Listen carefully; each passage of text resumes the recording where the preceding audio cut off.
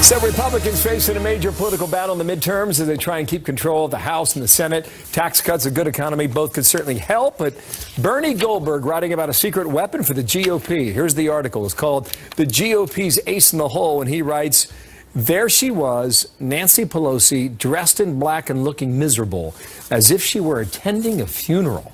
Ouch. Bernie Goldberg, Fox News contributor with me on a Friday. Bernie, good day to you. Explain yourself.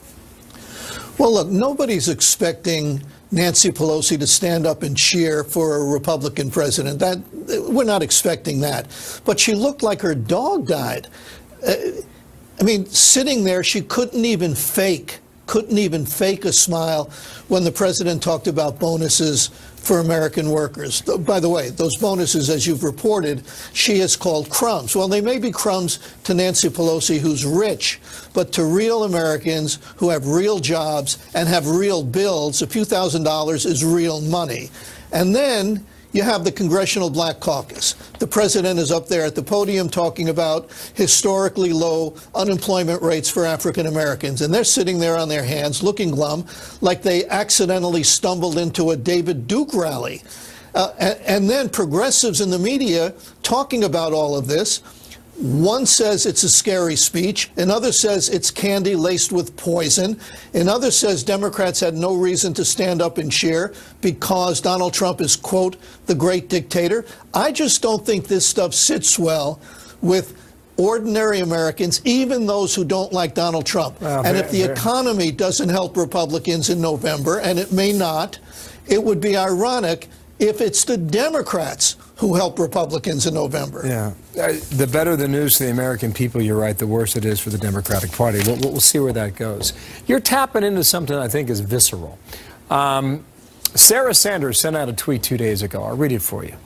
President Trump reached across the aisle to offer a bipartisan path forward in the State of the Union, she writes. Now we'll see if Democrats love America more than they hate the president, and will actually work together with Republicans to do what's right for our country. We'll see if Democrats love America more than they hate the president. This is the White House press secretary using that word. What do you think of that? That's an interesting way to put it, because I think the American people, certainly the American people who live between Manhattan and Malibu, are an optimistic people. But optimism isn't something that Democrats can convey or choose to convey, not in an election year, not when they're the party out of power. Optimism is not a good thing for them. The perverse irony, Bill, is that good news for the American people, and this is what Sarah Sanders was getting at, I think, good news for the American people is bad news for the Democratic Party in an election year. That's not a good thing. I think it's true. I took the comment as personal. This is a personal feeling that some on the left have toward the president. That doesn't go away, Bernie. Yeah, that's right. And I think it doesn't go away in a political sense either. It doesn't go away in that I think I told you this before. I think they'll resist everything that comes up, whether it's an infrastructure bill or anything else. The president's going to get no support, because anything that turns out to be good for the American people is bad for the party that's out of power, in this case, the Democratic Party.